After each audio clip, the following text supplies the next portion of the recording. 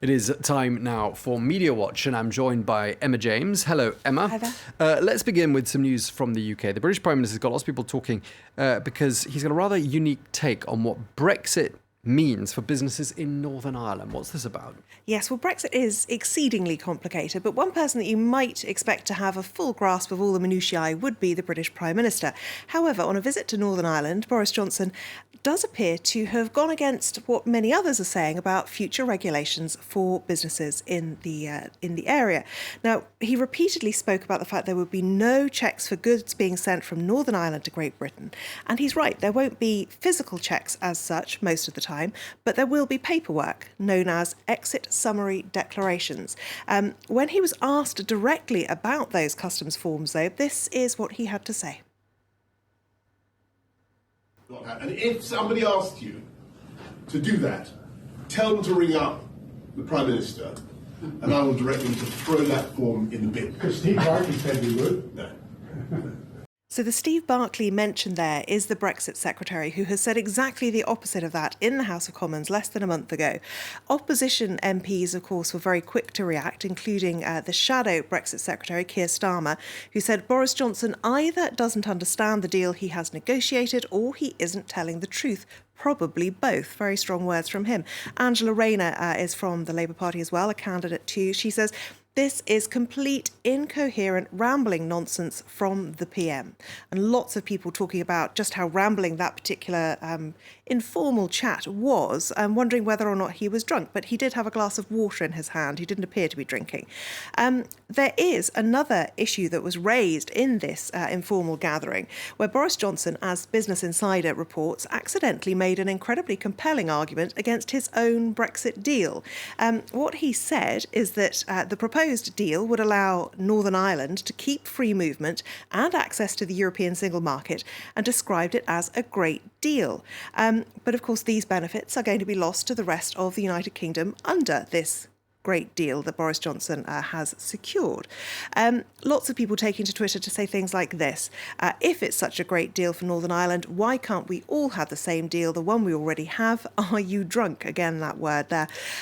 This woman is an Irish political professor at Oxford University. She says there are no words for this man's stupidity except his own. What Boris Johnson describes as a great deal is the exact description of what membership of the EU is. It's the Remain argument. How does he even tie his shoes? Okay, well, I think that issue of Brexit, we're going to be hearing a lot more of that over the course of the next couple of months, the ongoing issue. Now, another subject you've brought to the table. You're wearing your spectacles today, Emma. But if you were in Japan, perhaps you'd have been sent a letter telling you not to wear them. This is causing a furore in Japan, isn't it, right now? Yes, absolutely. Japanese firms facing a backlash after reports that many companies were actually banning women from wearing glasses. Now, some of the retailers involved in this survey said that shop workers in glasses left customers with a cold impression, which I think is rather rude. I always thought it was supposed to make you look more intelligent. It was reported on by Nippon TV earlier this week, and the backlash just continues to grow. This was one of the graphics that they used to show the explanations that different companies had for not wanting women wearing glasses. You'll see that airlines believe it's an issue of safety. You've got an air stewardess there grappling around on the floor trying to find her glasses in the case of an emergency.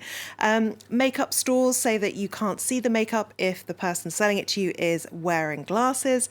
And traditional restaurants said you can't possibly pair a pair of glasses with traditional dress because it just doesn't look right.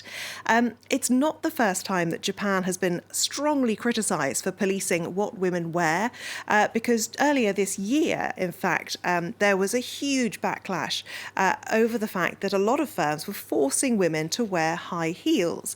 31,000 people signed a petition against firms forcing women to wear the heels in offices.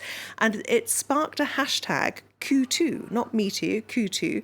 It's a really nice little play on Japanese words, because the Japanese words for shoes are kutsu, and pain is kutsu, very similar, just an extra U in there, possibly something to do with foot binding. But yes, so pain and shoes became the hashtag for that one. And it does seem that some firms have walked back on their earlier desire to have people looking a certain way. But The hashtag ban glasses is doing very well on Twitter right now. This woman talking about how she was compelled to endure the pain of wearing contact lenses while recovering from an eye infection because they wouldn't allow her to wear her glasses. This person too tweeting a picture of her newly bought spectacles, and what she says here is, "Isn't it so troublesome when you can see all the middle-aged men in the world?" Rather damning, that one. And this woman saying, "No more item-by-item debates. Let's go comprehensive with don't tell us what to wear." Because there have been other issues too, makeup among them, the high heels and now the glasses. And it also follows on from a similar debate in South Korea.